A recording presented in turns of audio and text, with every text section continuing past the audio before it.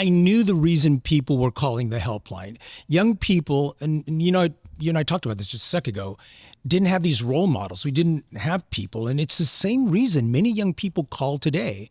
They are in environments or in homes or in communities where they're not able to meet or communicate or interact with somebody that could be a role model. Thankfully, the internet and TV have changed a lot of that in films, but many of them just couldn't see a light at the end of the tunnel. And I think on that final ask, if I would please consider, I started to read the stories of all the individuals that the Point Foundation was supporting and recognizing how many of them had been in a dark space like many of the callers for the Trevor Project. And it dawned on me that that was the light at the end of the tunnel. Hi, gay. I'm PJ Brescia, they, them pronouns, your host of the BabyGay Podcast and the founder of the BabyGay community, celebrating the coming out process through storytelling, advocacy, and togetherness. I came out later in life and I knew nothing about queer culture. I'm still not an expert, so let's go on a journey of self-discovery together with amazing guests, diverse coming out stories, LGBTQI plus history, and everything in between. This is the BabyGay Podcast. Coming out looks good on you. Hello, everyone, and welcome back to the BabyGay Podcast. I'm your host, PJ Brescia, they, them, and today we are at the historic Black Cat in Silver Lake, California, and we have a very special guest, Jorge Valencia, the CEO of the Point Foundation. The Point Foundation is the nation's largest scholarship granting organization for LGBTQ plus and ally students. Please enjoy my episode with Jorge Valencia. Hello, how are you? I'm great. Thank you so much for being here. I'm honored. I mean, when we had spoken, like I felt there's a lot of parallels in our life. And I'm just like, firstly, I also want to like pick your brain. Like, I'm fangirling a little bit about you. And like, you have such an incredible history and trajectory and giving back to the queer community. And I want to go through it all. So let's start from the beginning. That's what happens when you're my age, you know, you can't help but have done a lot in that area. So absolutely, whatever you want. So give us childhood. So growing up, etc. So I was born in Los Angeles. Oh. My parents are from Mexico, but I was raised in Texas. And I went to school at Brigham Young University in Utah. I grew up Mormon. So it's been an interesting life. You know, I was a missionary for the Mormon church in Brazil. Wow. And I moved back to Los Angeles after working in the Clinton administration in Washington, D.C. Wow. Yeah. That's incredible. Are there a lot of Mexican Mormons? I get asked this question a lot. I know. Believe it or not, there are more Spanish-speaking Mormons than English-speaking Mormons. Really? Yes. Although I went to Brazil, so it's Portuguese nonetheless. Okay. My parents are both converts, and so it's the only religion I grew up with. But yes, there are a lot of Spanish-speaking Mormons. Do you have any siblings? I do. I have 3 siblings. I'm the second. You have 3 siblings? So there's 4 of you? Yes. Me too. Oh, really? Yes. And you are? I'm number 4. Okay. But by a lot, like 1, 2, and 3 are all 3 years apart, and then there's a 10-year gap, and then there's me. All right. So it's like a unique blessing. It's a blessing. You know, thank you. Thank you. I like to say blessing. Some say happy accident, you know, however you like to frame it. Listen, I was 11 months after my sister. I was an accident for sure. Nobody plans them like that. Is that an Irish twin? That could be, you know. I mean, is it? Probably. I feel like if you're in a 12-month span, you're an Irish twin or something. I mean, there's like a month there, almost to the day, that we're the same age. Are you close? We are. There was a period where we weren't, but growing up, we always were. Then there is a 4-year gap between myself and my younger brother. And so for years, it was just us. And we've gotten closer again in the last few years. Coming out to your family. Did we talk about that? We did not. Okay. Are you comfortable talking about that? No, not at all. Okay. It's going to be short. Okay. You'll probably like it. No, so, yes, 28 when I came out. And my parents had come to visit my sister who was living in Maryland, and I was in D.C., very close, you know, Gaithersburg area. And it was one of those times where it's just like, I've got to let them know. Like, this is too much. It was trying to ask me at every turn, who you dating? when are you going to get married? Your sister has a child now, when are you going to have a child? And they were in the kitchen, my sister's kitchen. And I said, I'm gay. And I know it's not what you want to hear. And I said, I'm happy to talk about it later. And I left. And so for them to sit with it.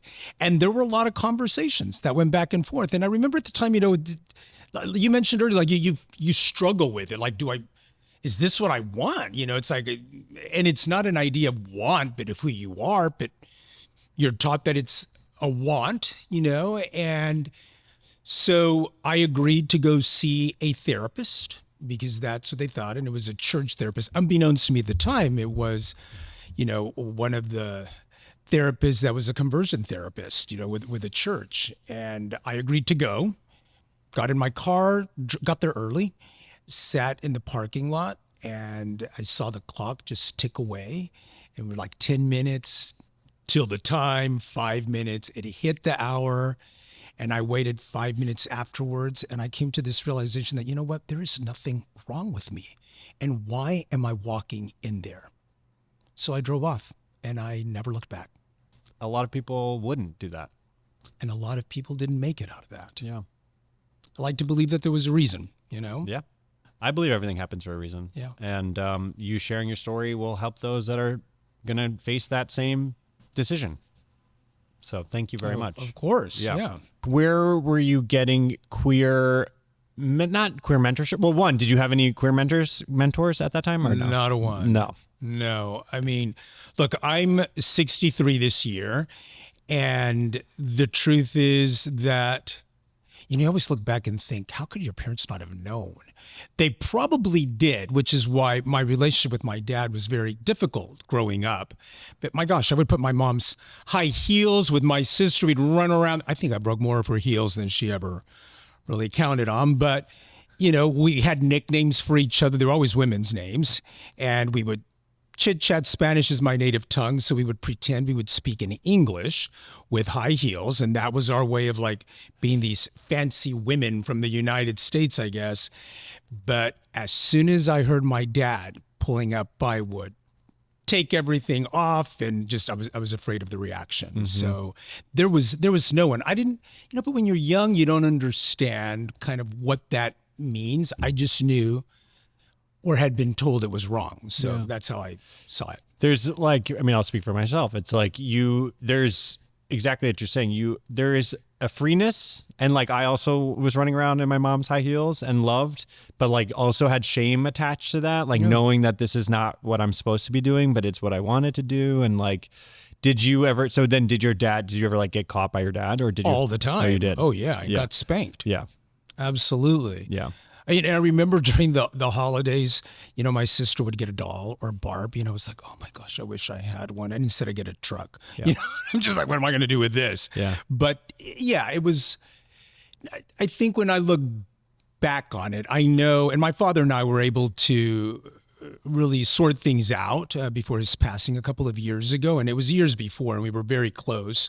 But I will say that I know where it came from, at least in that generation, of trying to protect one from the bullying that you get at school, which I had plenty of.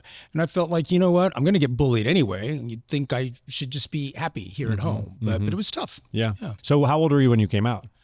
28. Okay. Yes. Wow. Again, the parallels. I know you came out later. 27. I was 28 when I came out. Was there anything in your childhood or your adolescence where there was queer culture through either books, movies, TV, music that really was giving you hope, or you were finding yourself in these mediums? Not really. Not that I remember. At the time, I didn't know how to connect. I didn't see myself attracted or feel an attraction to men. I like hanging out with my sister and her friends, but I don't think it was until probably junior high, puberty, that I was like, wow, my friends get all excited about going out on these dates with girls. And it wasn't that exciting for me. We hung out and stuff, but there weren't any. The closest I remember to identifying somebody that was different like I was my mom's hairdresser. Go figure. And His name was Gino. I still remember. And he was very flamboyant. That's not what I saw myself as an individual. He had a great Dorothy Hamill haircut, and that was that famous ice skater, and every girl was getting her haircut like that. And that was the only different person that I knew at the time. And I couldn't even connect with him. Although one last thing, I will say that in high school, I had heard of this bar that people that were different went to. And I remember when I got my license, got in my car, drove over there. All of the windows were blackened, and I watched people going in and out. And yet again, I didn't see myself in them. And so it was just one trip. And I just thought, I'm probably the only one like this. Yeah. I mean, I can relate in the sense of like when the only representation of like a gay person that I was viewing when I was growing up was that like Z-snapping hairdresser. And I was like, well, that's not me like that. And that's kind of what kept me in the closet partially, not exactly, but like just not seeing myself outwardly in queer media was something that just kind of, I don't know, it made me feel like, well, maybe I'm not gay. Like, I don't see myself in that person that's being portrayed. So maybe that's not me. I mean, it was, on top of just fighting myself for so long. Yeah. Do you feel like coming out of 28, in today's, I'll speak for myself, it's like people think that's very late in today's world. And was it an internal battle? Like how was it for you? It was for many, many years, I would say. And it got to a place where I just hated living this double life. I met some gay friends. I was living in Washington, D.C. at the time.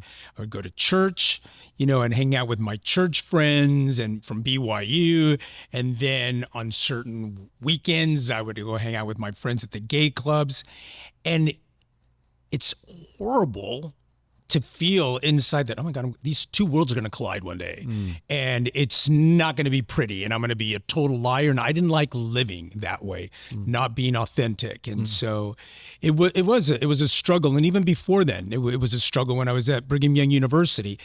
Anything related to the gay community, which is how, back in the, 90s or so, wasn't positive. It was people dying of AIDS. It was like seeing the magazine covers, covering that, and this fear of that's what my destiny is going to be. And I didn't want that to be my destiny. Mm-hmm. From a lot of people's stories that I've heard, it's like when they come out and then they have a family member that has this kind of negative reaction to their coming out. And it's a lot of it stems from, oh no, I am so upset because I don't want you to go down this path, which equals death by AIDS. And that's just not the world we live in anymore. Thank God. I mean, obviously it's still around and we're still dealing with it, but it doesn't mean being gay doesn't mean you're going to die of AIDS. Yeah. So it is sometimes a more challenging path to go down and to be authentically yourself and be in the queer community, but it's also the most rewarding. And when you're being authentic and you're being real, like that's when I think things start to flourish and the universe kind of, I don't know, rewards you. And I don't know. And you grew up on the East Coast, I correct? did. I grew up, yeah. Yeah. So for me, it's like growing up in a bubble, in a way, a conservative bubble in Texas. No internet, the shows that... There was a show called Soap that had Billy Crystal in it, and he was a gay character in it. And I remember, again, seeing the stereotypical individual that the media was presenting then and not being able to relate. That was the only character that I recall. But going from that bubble to Brigham Young University bubble, you're not aware of everything. So it's whatever's being, shown in front of you or projected by others is what you grasp onto. And unfortunately that was it, and it wasn't until the Clinton administration, when I was in Washington, D.C., that it finally came out. Wow. The internet wasn't even around then, go figure. So during that time it did, but yeah. So, okay, well, I want to get there, but I want to, so at BYU, was there an underground queer community? Like, was that happening, but just below? Yes, and I didn't know about it. There was, and it is the funniest thing to hear about it now, because so many of my friends from BYU came out later in life after having married and had children. And I remember, so by the way, at Brigham Young University when I was there, they had what they called the, oh gosh, it was an office, and I can't remember, standards office, I think is what it was. And so if you, and they were there to ensure that you lived by the code of conduct. And I remember that students from BYU, I heard this, they would drive to Salt Lake City to go to some of the gay bars. And this office would send individuals to write down the license plates. And they would come back, call those students into their office, and kick them out of the university.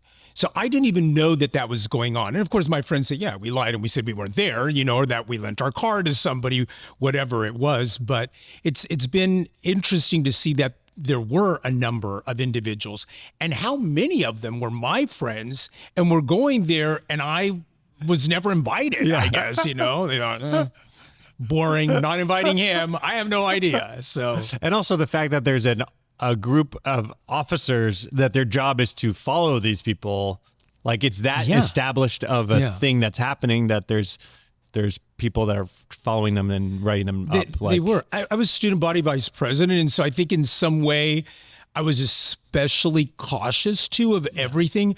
It helped pay for my tuition and a number of things. But yeah, it's been interesting to find out since. Wow. And unfortunately, the university's had a history of a lot of back and forth with our community, beginning years before, when some students were actually hanging themselves in one of the buildings that were gay and that were going through reparative therapy and such. So there's been quite a history there. Now you can identify as a member of the LGBTQ community, just can't act out on it. Oh, wow. Okay.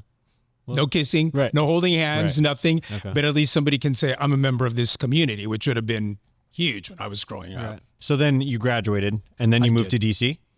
And then I did move to D.C. I was trying to think. Yes, I did move to D.C. So this is something this is kind of like news to me. I didn't realize how gay of a city D.C. is. Neither did I. It is huge, yes.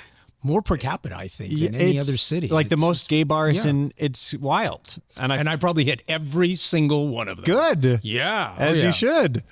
Okay, so then you moved. Why did you move to D.C.? So I moved to D.C. to work for a music company that was just outside of D.C., and it was a music company that provided music for the fitness industry. And that was what they focused on. So when you would go to an aerobics class, this company provided a lot of the music. It was certain heartbeats to get it up. I mean, who would have thought? Yeah. And a lot of my BYU colleagues were working there, and they recommended me. And so there were probably about 5 of us from BYU in this small company that were working there. Awesome. Yeah. Then what led you to the Clinton administration? So I think I was kind of tired of doing all the trade shows and the marketing that was, related to that industry. It was fun. And that's probably when I saw more gay people and met more gay people than ever before, and would go to the bars with them. And it was wonderful then. And I think I was just looking for something different. I interviewed in public relations for a firm, and the individual that I had interviewed with remembered me and called and said that she had been tapped to go to the Clinton inauguration, the first inauguration, and asked if I would go with her. And so I took a risk and said, sure. And in like a working capacity, or just in a working capacity? Okay. So the office was the Office of Public Liaison, and they oversaw all of the constituents that were supposed to be represented or were being encouraged to be represented at every Clinton inauguration, every Clinton event, anything related to the inauguration. There were like 13 constituency groups. Wow. So, yeah. That's, how incredible is that experience? Awesome. Yeah. It was awesome. It was very difficult. I learned a lot, but it was a great move. Do you have any like crazy stories from that you can share? I gave a ride in my car on inaugural day with all of the balls. So I would go from one ball to another because of all of these different constituencies that would have their own inaugural ball. And I was at one of them, and Bianca Jagger came up to me because she was stuck and didn't know how to get to the next one. So I gave her a ride in my car with the car service. And that was kind of interesting and fun. And, she rode in my spot in the back and I rode in the front, and that was fine. And it was like, it's Bianca Jagger. So it was interesting. And there are a lot of stories. Yeah. And it was kind of fun. So then how long were you in DC? I was there for the whole first term for 4 years. Okay. And then you came to... And then I moved here. Okay. Yes. And it wasn't my intent to come here. In fact, I'd planned a vacation to come out here. And unfortunately, a very tragic accident happened with the late Secretary of Commerce, Ron Brown, where his plane went down.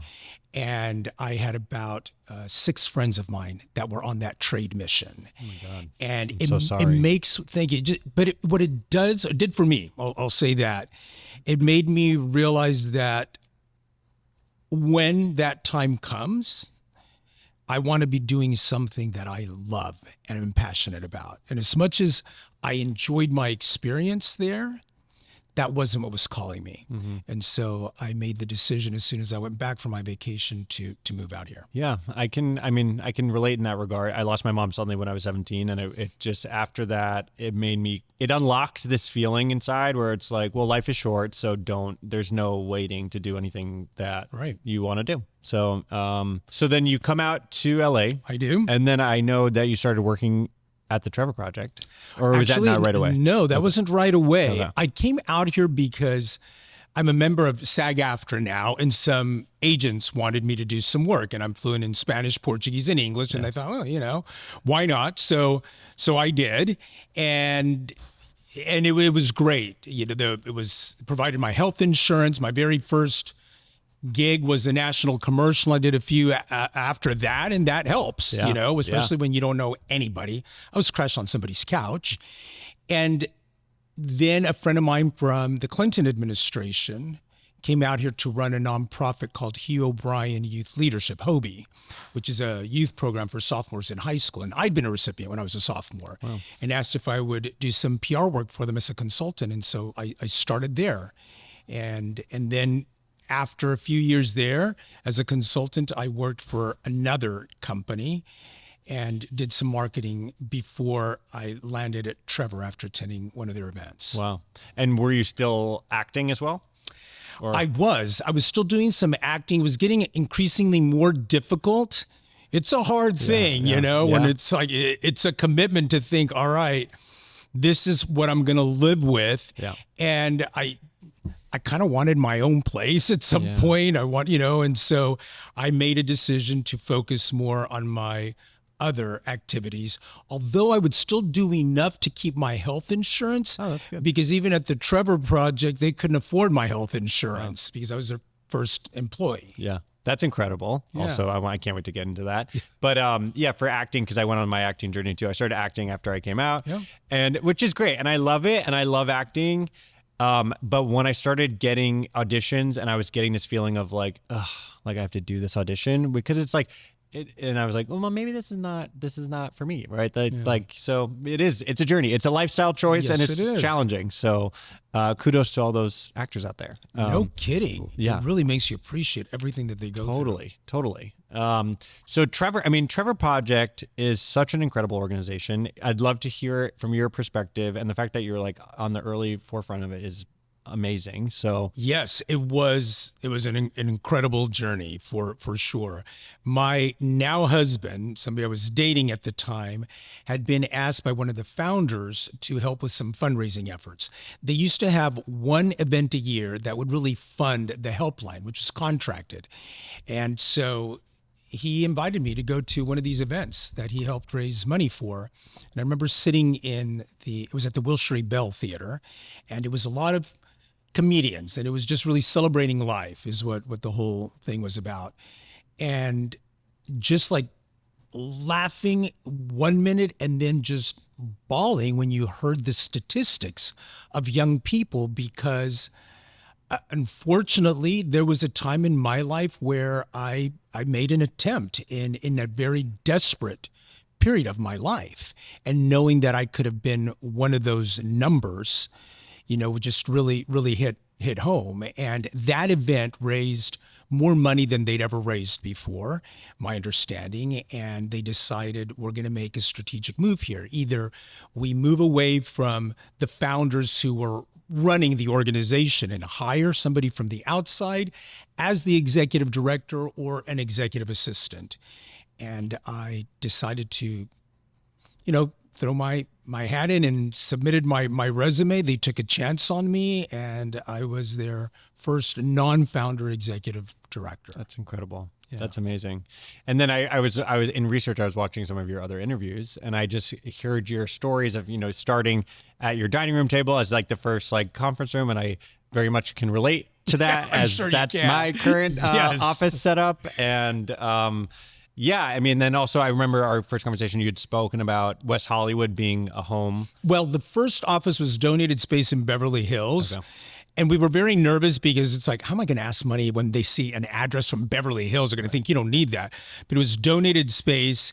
And the first real office space that had offices and a call center and a conference room was in West Hollywood. Wow. Yeah. I mean, the history with West Hollywood is just so unbelievable. And Yeah. just being that mecca and support system for so many organizations and queer people. So yeah, that's really special. Yeah. So then you were there for 5.5 years. 5.5 years. Yes. Okay. Which led you to the Point Foundation. Yes. Tell us all about it. Yeah. I loved my work at the Trevor Project. What's not to love when you feel like your work is impacting some individuals and certainly lives. And I remember thinking to myself when I had the honor of serving in that role, that if I could save one life, it would be enough for me. How do you measure, right? One life and what that can do. So I loved it.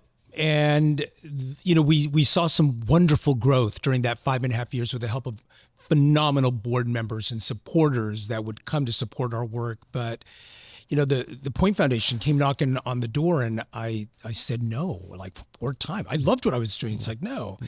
Even though when I would go out, people thought my name was Trevor, and they would say, oh, Trevor. It's like, no, it's not Trevor. The organization is called the Trevor Project. That's not me. Yeah. But it got to a place where I knew the reason people were calling the helpline. Young people, and you and I talked about this just a second ago, didn't have these role models. We didn't have people. And it's the same reason many young people call today. They are in environments or in homes or in communities where they're not able to meet or communicate or interact with somebody that could be a role model. Thankfully, the internet and TV have changed a lot of that in films, but many of them just couldn't see a light at the end of the tunnel.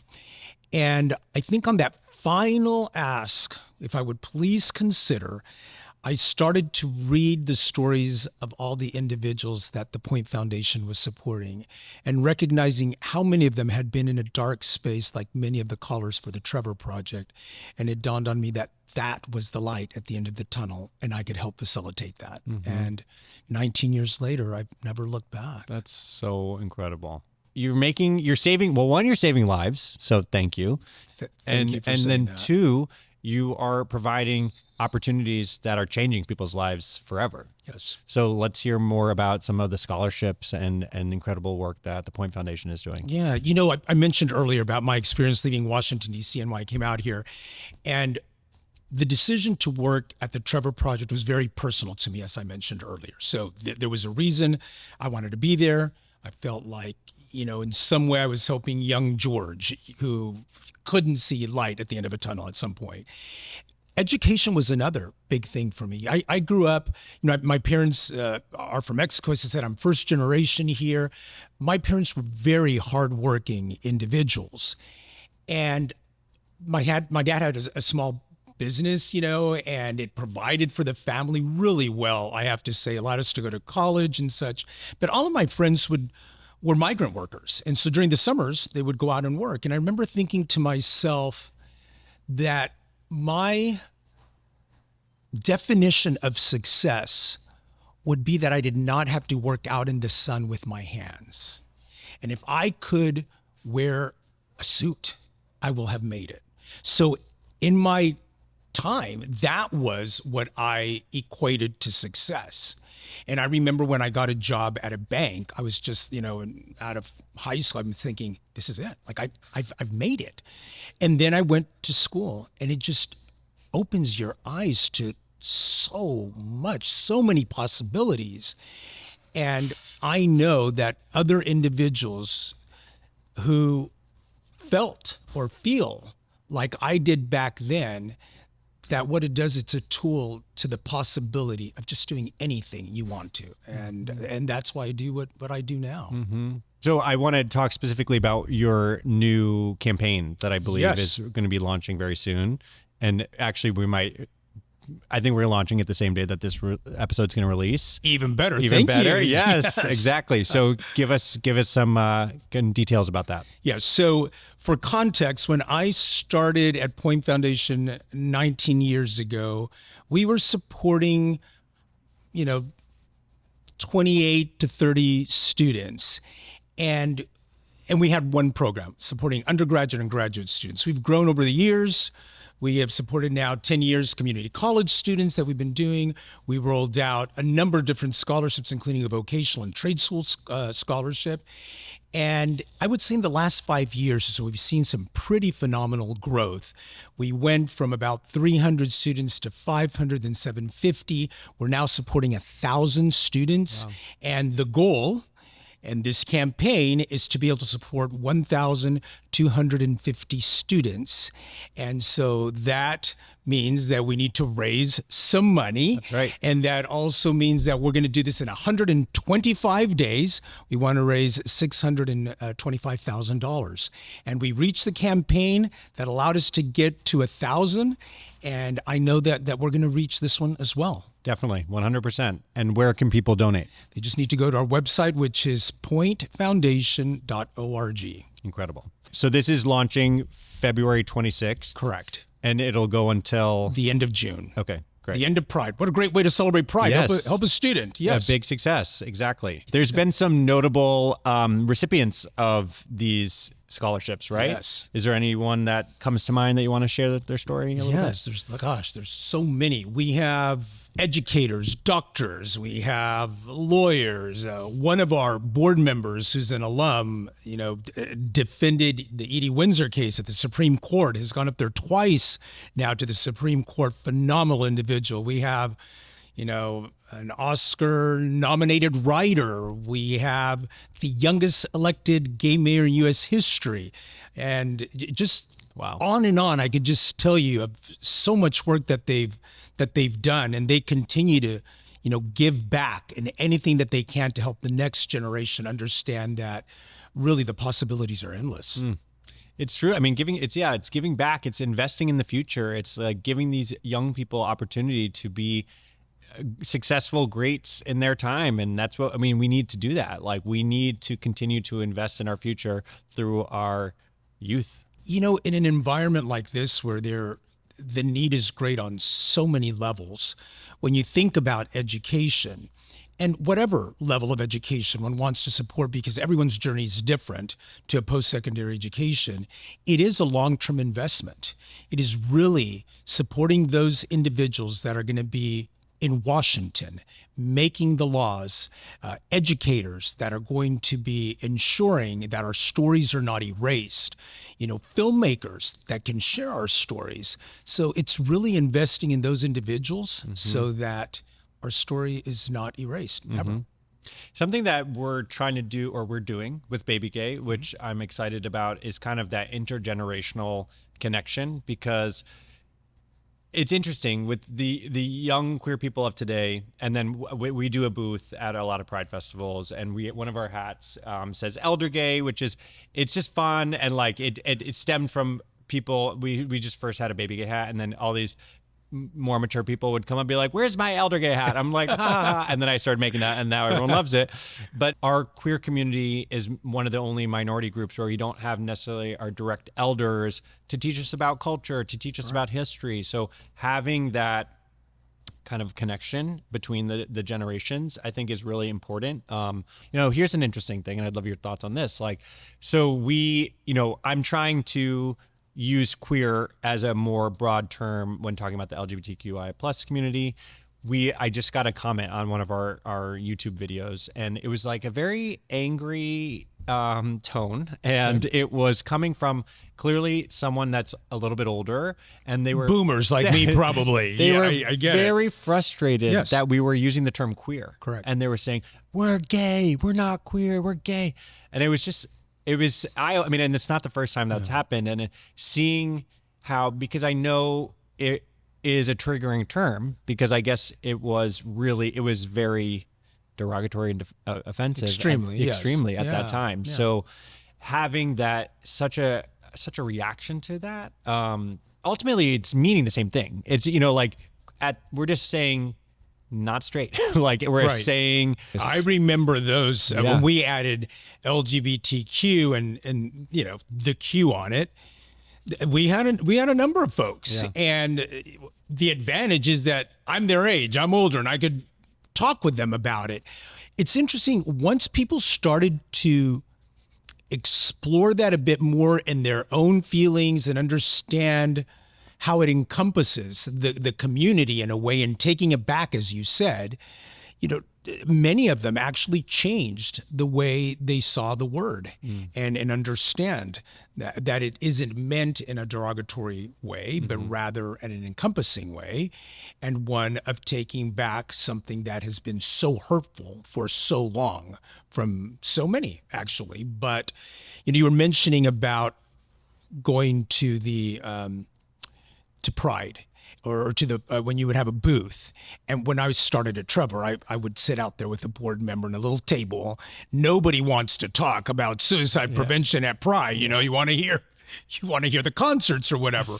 And so we would devise ways to introduce people, and that was a big thing for us. And it was many of the older generation that could relate to a time where they didn't know if they wanted to stick around or if they wanted to be here, and for them to be able to embrace that. So one, I'm glad you're doing that. I'm glad, my generation is embracing this. And I have to tell you, when I saw that interview with you, I was just like, oh my gosh, this is fantastic. And that's when I called our folks. So thank you again for bringing me here. And I did not know that you had an elder gay cap, but we were joking on an all staff Zoom today when someone said I was going to be doing Baby Gay. I said, they even need the grandpa gays to be there, so I'm going there to talk, and they love that I'm here. Well, so I'll get you a hat of whatever one you want. We have 6 different kinds, so I love that. That's amazing. Thank you so much. I really appreciate that. And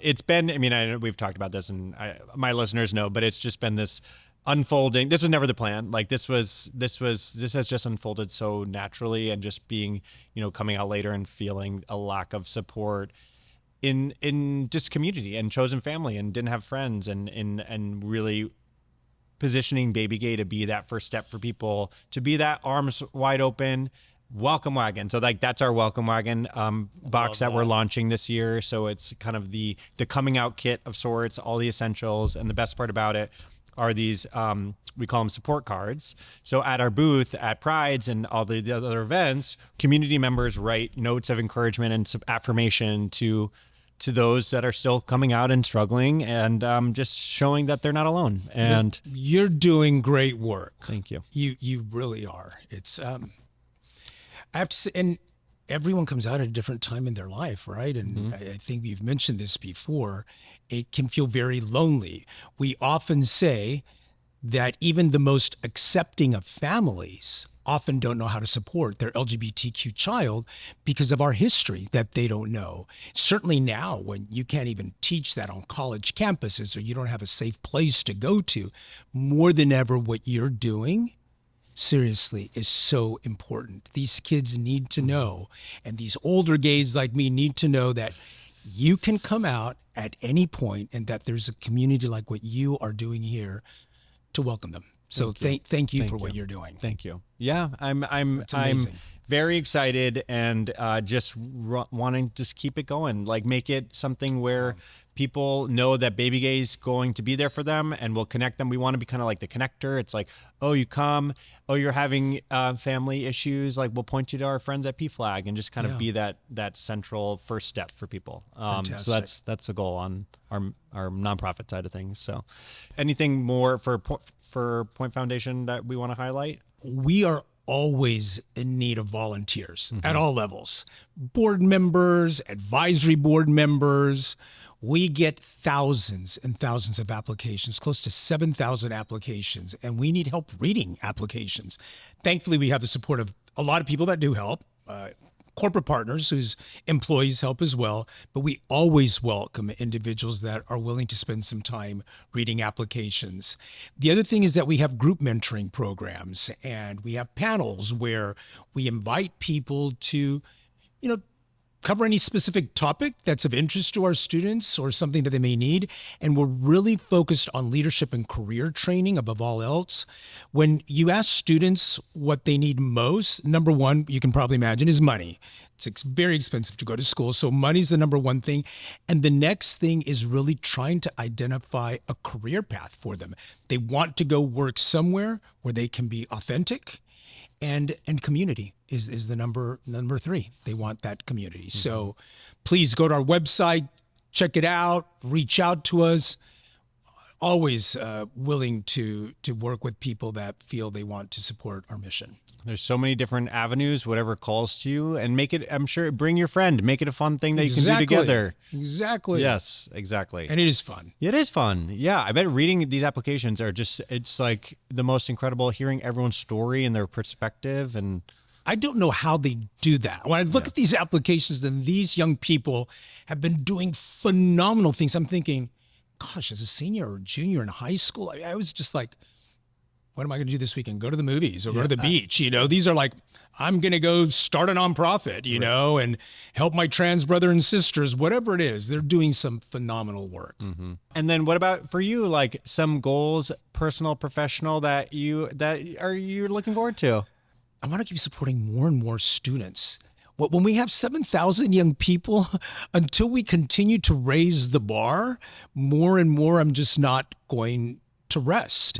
And that's a big goal of mine. Outside of that, I want to finally figure out how to knit because my husband bought me some lessons a couple of years ago, and I've tried it a few times, and then I end up traveling. I think I have a piece that I've knitted that's about this big, and it was the start of a scarf, and I don't even know where to go from that. So it's interesting that you ask, because a goal, because I've been looking for places around me that I can go back and do some knitting. So. Yeah. Well, I love that. That's going to be great. Very therapeutic, I bet. Yeah, exactly. I want to highlight also one of my best friends, Mackenzie, gifted me that, and it was just truly, I was blown away. It's so stunning. She needlepointed that, and it's just incredible.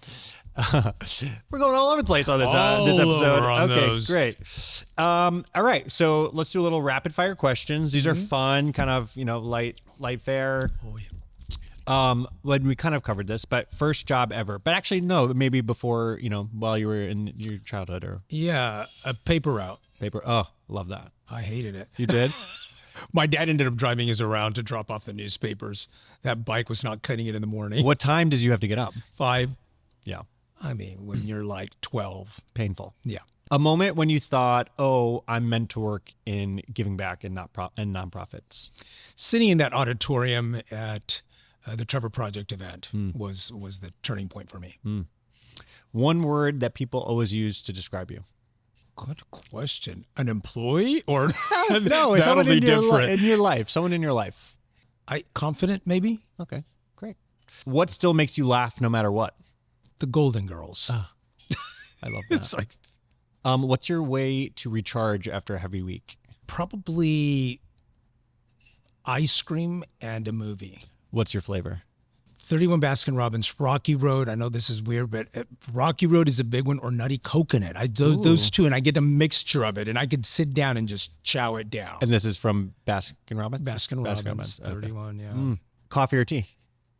Coffee. Early mornings or late nights? Early mornings.